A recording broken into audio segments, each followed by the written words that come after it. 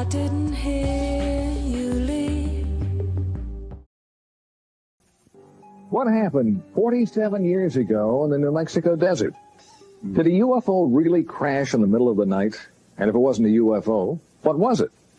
And is the government covering up the story of the century? Well, one thing is for sure. There are an awful lot of unanswered questions. And tonight, we're going to try and sort out facts from fiction concerning an alleged alien encounter out in the New Mexico desert. And also its connection to Wright-Patterson Air Force Base.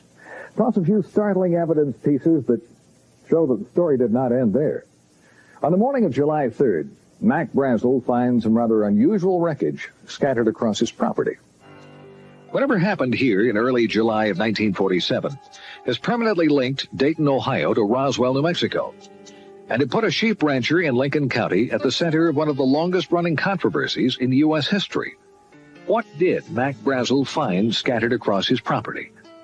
Could it have been what the government first said it was, a crashed flying saucer? Wreckage scattered over a large area. Witnesses describing it as lightweight and super strong beams with strange drawings and foil-like material that had a memory. There were a lot of people that believed that we had something unique, otherwise we wouldn't have. Walter Haut was the Roswell Army Airfield Public Information Officer, and he was ordered to release the story that the government had indeed recovered a crashed saucer on Brazel's ranch. His friend, intelligence officer Jesse Marcel, was one of the first military men at the debris site. Jesse had gone out to the ranch with Brazel and picked up a bunch of material and brought it back to the base. That material was flown to General Ramey's office. And according to other reports, some of it came here to Dayton.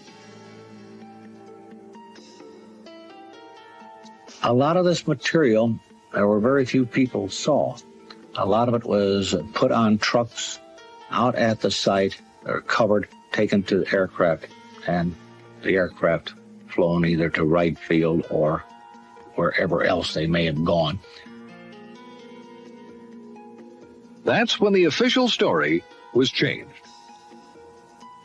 The Army Air Force said Brazel had found nothing more than a downed weather balloon, and they had pictures to prove it. Intelligence officer Major Jesse Marcel was ordered to pose for pictures with some of the wreckage and told not to talk to the media. If it was a government plan, it worked. The story died. It was nothing very serious. I think most people took it as an honest mistake made by the people at the base. For many years, no one in this New Mexico town thought much more about the story until a few of them started comparing notes. Jesse Marcel talked to Walter Haut and admitted he didn't buy that crashed weather balloon story.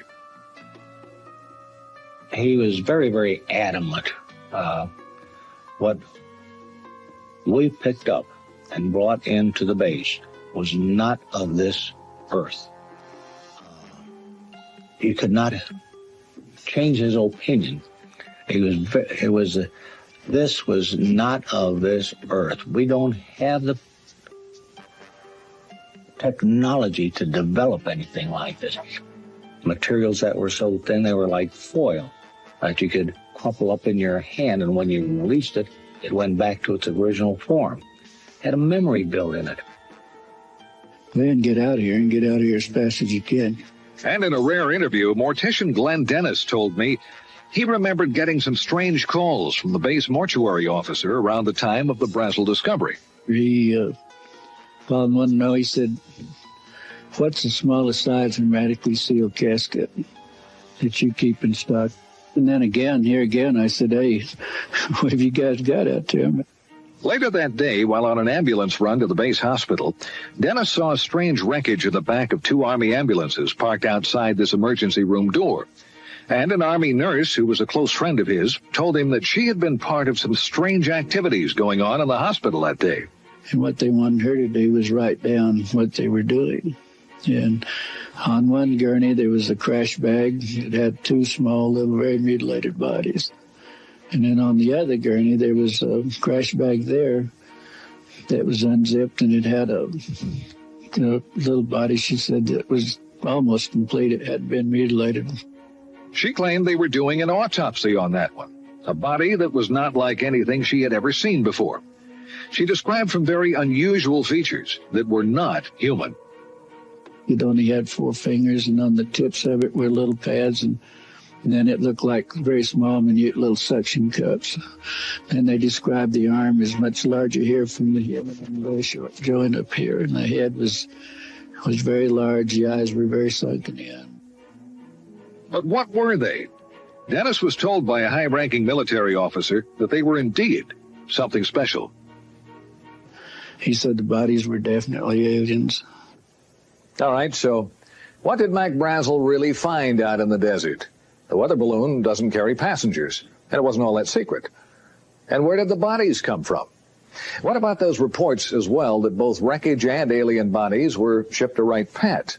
Well, coming up, we'll try and track down exactly what was and was not shipped here, and why the Roswell case is still under the microscope after all these years. Plus, we're going to find out what the Air Force has to say on this possible alien encounter.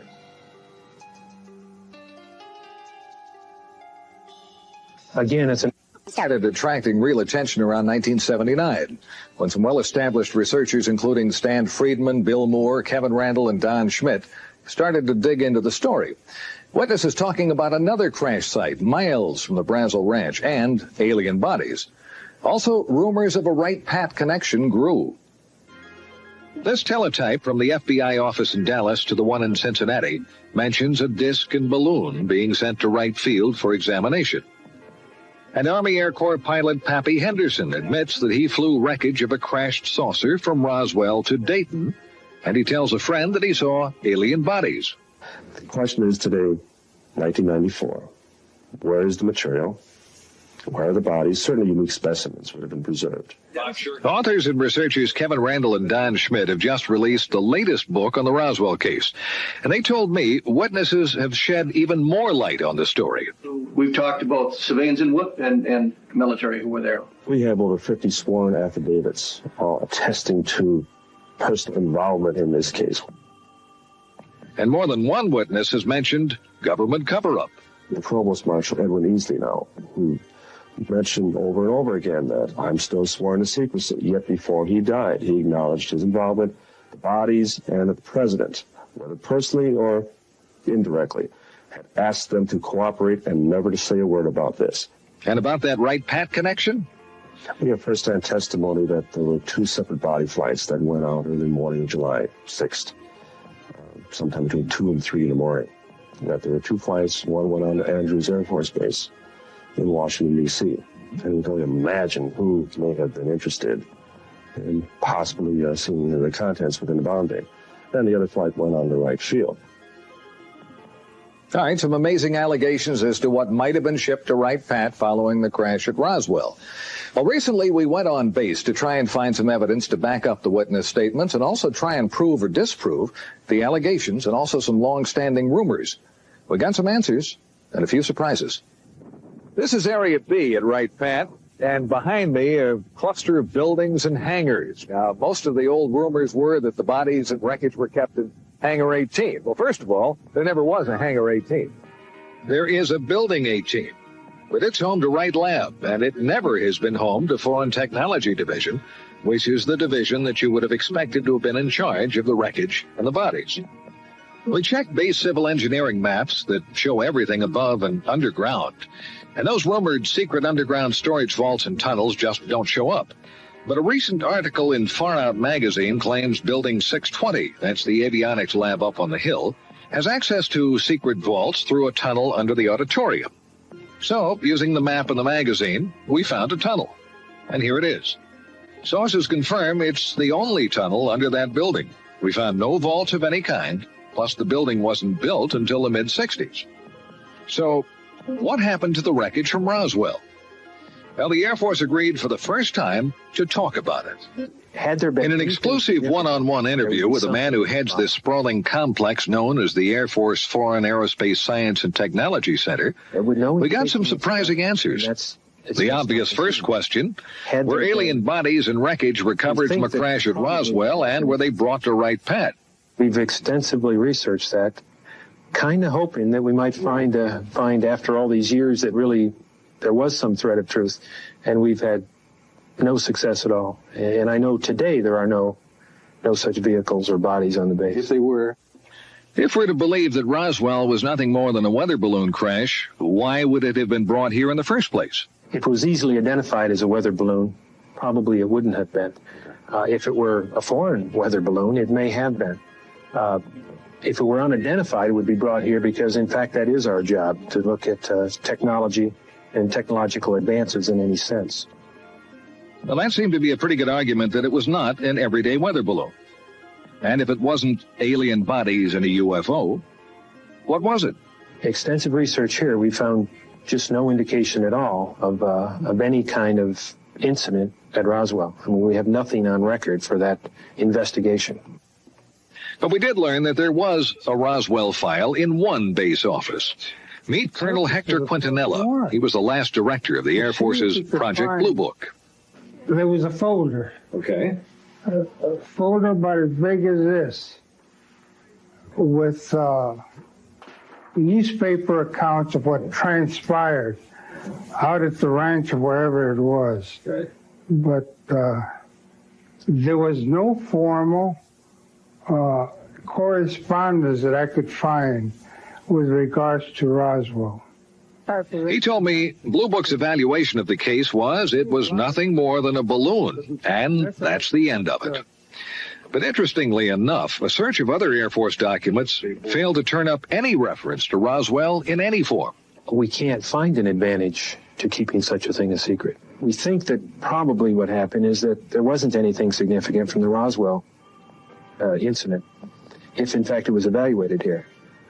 Consequently, there was either no report or the report was of no significance, so it was destroyed. And he added, nothing like aliens or a UFO could have arrived at Wright-Pat without somebody knowing about it and eventually talking. It's almost impossible to keep something that fantastic a secret, specifically within the intelligence community, and particularly from the organization that's supposed to evaluate that sort of thing. Secret. We've heard that word a lot tonight. Well, coming up, we've got some new evidence that may well explain what at least some of that wreckage from Roswell really was, and why it came here, and why the government chose to keep it a secret. We'll be back.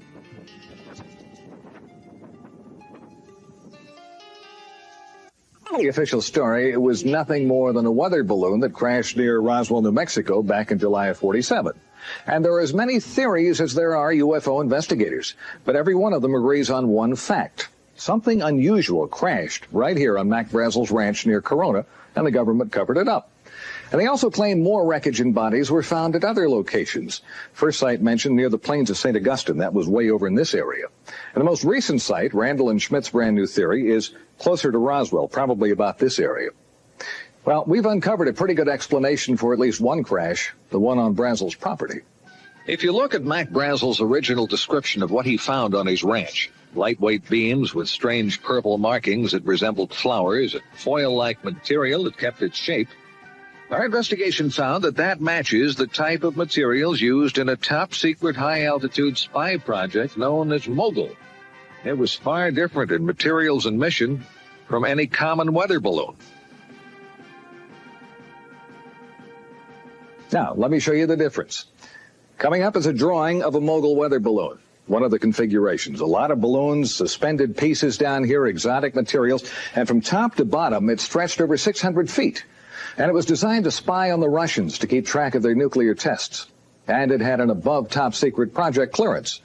Now, Mogul project manager Professor Charlie Moore told me it was not uncommon for that giant Mogul balloon to be mistaken for a UFO. When Moore and his Mogul team learned of the flap over the Roswell incident, he said they laughed, but they kept quiet about their project. Moore identified the wreckage in the Jesse Marcel picture as a Mogul ML-307B that had been launched from Alamogordo, New Mexico. He confirmed a crash would have spread wreckage over a large area. And why wouldn't anyone have recognized it? Well, Moore said no one around Roswell had ever seen one. Moore was even cleared to know about Mogul flights. And that's probably why the wreckage was sent to Wright-Pat. Now, there's one more twist that tends to back up the mogul theory. The former top man with Project Mogul, Colonel Marcellus Duffy, was at Wright-Pat when the Roswell wreckage arrived. He recognized it, but that story never got out. According to another former mogul officer, retired Air Force Colonel Albert Trukowski, Colonel Duffy could not talk about it because of the secrecy. So, if it was a giant mogul spy in the sky that went down on Brazel's ranch, something else must have crashed nearby, something with small passengers. Mogul officials can't explain that. Well, more than a few witnesses claim they saw bodies, like a man identified as a former Air Force physician who related what an intelligence officer told him about strange bodies and a Wright-Pat connection. The beings on that spacecraft, he relates, were not anything that he could identify from our planet. They did not appear like any human being he'd ever see, but they were obviously not anything else. They obviously were living human beings, and some of them were injured, most of them were dead.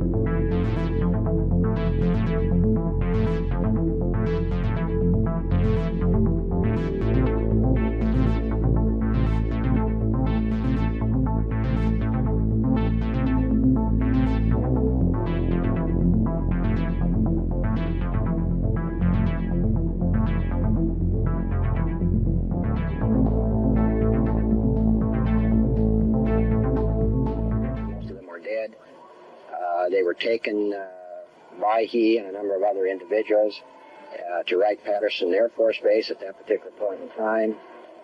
And he said they were put there for later evaluation, identification, examination by the Air Force and by the military.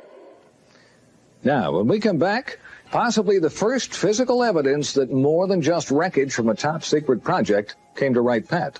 Plus some pictures that could prove UFOs are real. Well, we've had great photographic proof for years. The question is the resistance to accepting it as being proof. Brown Hospital on the grounds of the VA Medical Center in Dayton. And up until a few years ago, it was a very active hospital. And on the third floor of this building, there was the dental lab. In that lab, a dental technician. We'll call him Jack Schmitt. And as Jack told the story to Len Stringfield, it was on a Thursday. He remembers the day quite well because Thursdays were normally very quiet days here at the VA Medical Center. And two men he identified as officers from Wright-Patterson Air Force Base brought him a model, an impression of a lower jawbone. They wanted a working model made. He was to keep no records, and the mold he created to make the model was broken and thrown in the trash as the Air Force officers left. Smith retrieved the broken mold pieces and put them back together at home, and he made his own model. He said he knew this just wasn't human. Few have ever seen it, and those that have can't identify it. An article in Len Stringfield's new book quotes certified dental technician Bruce Phillips as saying it's not like anything he'd come across in his 20 years in the business. The teeth are flat, no cutting surfaces. The shape of the jaw is different from humans, and the arch is much deeper. If it isn't identifiable as animal or human by people who should know, what is it? Could this finally be the first hard evidence the Air Force was indeed doing tests on alien bodies out at Wright-Pat? Jack Smith says the jawbone model was made in 1979. And if you compare the shape of the jaw in the model with the shape of the jaw in this computer drawing of an alien, it's almost a perfect match. Some sources claim the drawing was part of a government UFO briefing in 1978, same time frame, and was based on photos from Wright-Pat. Now, the Air Force tells us they have no records of any alien picture or the briefing. No comments yet on the jawbone. For believers, this is more evidence that something is going on, and the government really doesn't want to talk about it. But are models and pictures enough to finally prove that UFOs and aliens are real? Well, we've had great photographic proof for years. Question is the resistance to accepting it as being proof. Dr. Bruce Maccabee is one of the most respected experts in the field of photo analysis. And Bruce says some pictures taken near Gulf Breeze, Florida back in January by Ed Walters would have been pretty tough to fake. The first picture shows an unidentified object with an F-15 closing in. The next shows the plane flying by the object. Here you have a situation where the airplane actually got in between the camera and the object. Walters claims the plane made a U-turn and the object flew away at high speed. Maccabee showed me videos of other sightings around Gulf Breeze at around the same time, and they were ones that were hard, if not impossible, to explain. Skeptics have often said, you know, if this stuff were real, you would have photos and videos. Right. What can I say? Now you've got photos and videos. Now you've got photos and videos. It's interesting to note the Air Force has never said that UFOs don't exist. Was this a break in a curtain of secrecy surrounding the real UFO story? Has the government really been covering up the story of the century? It all comes down to what you believe. And as in the past, it remains the controversy that won't die. And whether the evidence connecting Wright-Pat to the UFO phenomena is accurate or not, the base is forever a part of that legend. I'm Carl Day.